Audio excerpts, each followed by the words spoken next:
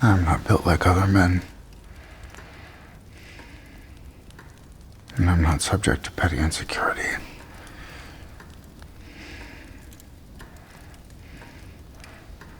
You're a beast.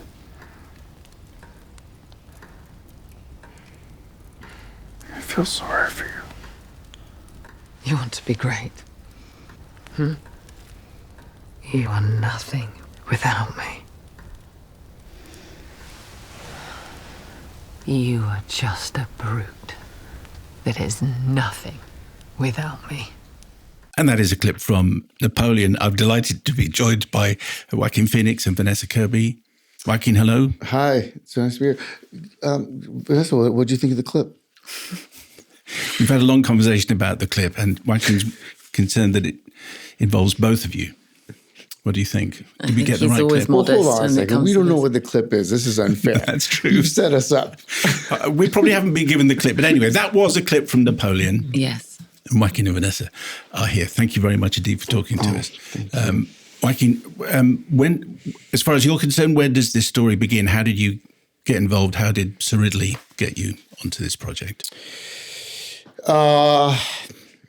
I mean, it's really boring. My agent called me and said, Ridley wants to make this movie, and you would meet him. So I went and I met with him, and this was quite some time before we started shooting, because I think it was at another studio, and then it fell apart, and I just assumed that it was one of those movies. Happens quite often, right, where you get involved in something and it falls apart for whatever reason, and then about a year later he called again and said, "Oh, we're going with Apple, and we have the funding," and that was it.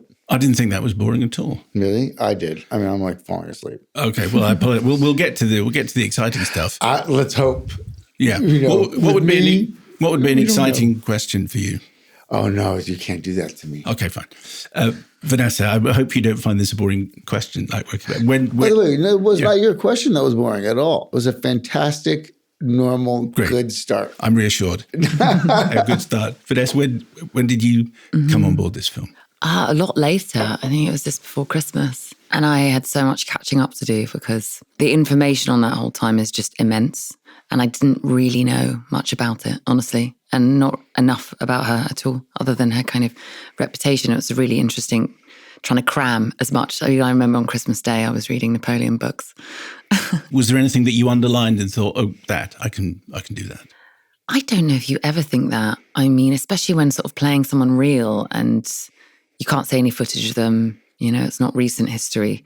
So you have to go on all these different accounts, and every single account is so biased, because it's, we read her Lady in Waiting's book, and she really didn't like Napoleon. So she was very anti-Napoleon, and she kind of deified Josephine in a way that made her very pure and sweet. And then another account was that she was, a mad shopaholic and extremely insecure and emotional. And, so there was just every different version was an angle. And so you had to try and combine all of them and then distill it into some kind of essence of what you thought that person was in this version of the story, the fictional version of the story. What kind of Napoleon did you want to do, Joaquin? What did Sir Ridley want? Because there are options, aren't there, as to what kind of Napoleon? Sure. I mean, it was apparent early on that we wanted to play with several different disparate tones. In one way, it's an epic war film. It's a character study. And one thing that I think we really discovered through the research process was there was kind of this absurd humor to it all. And particularly, there's something about Josephine and Napoleon's relationship, which was so interesting. They were really like immature, bratty kids at times that were like involved in this really volatile, strange relationship. And I felt like that was something that I hadn't really seen in the context of a film, like in a historical drama. And it felt like, all right, well, that's something really worth pursuing.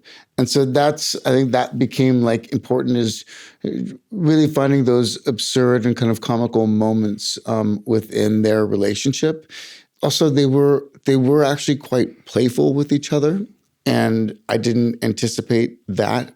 Of course, probably like most people, you think of Napoleon, you think he's a cold and calculating strategist, but they actually had these absurd, wild parties and arguments at those parties that almost seemed performative. And so I think that was pretty unexpected. An example of that would be when we're having the scene when he first says, why are you not pregnant yet at breakfast? Mm-hmm. And I had no idea what Joaquin was going to do. And suddenly he was crawling under the table and pulling me under it. And I would never have imagined I would have laughed a lot in that scene based on what they were discussing, deeply painful for her. Thanks very much for watching this video. I hope you enjoyed watching it as much as we enjoyed making it. While you're here, check out all the other videos because they're cool too, aren't they? Yeah, and if you want to keep up to date with everything Kermode and Mayo's take, then check out our social channels. I mean, why wouldn't you? I mean, I would. I have done. Excellent.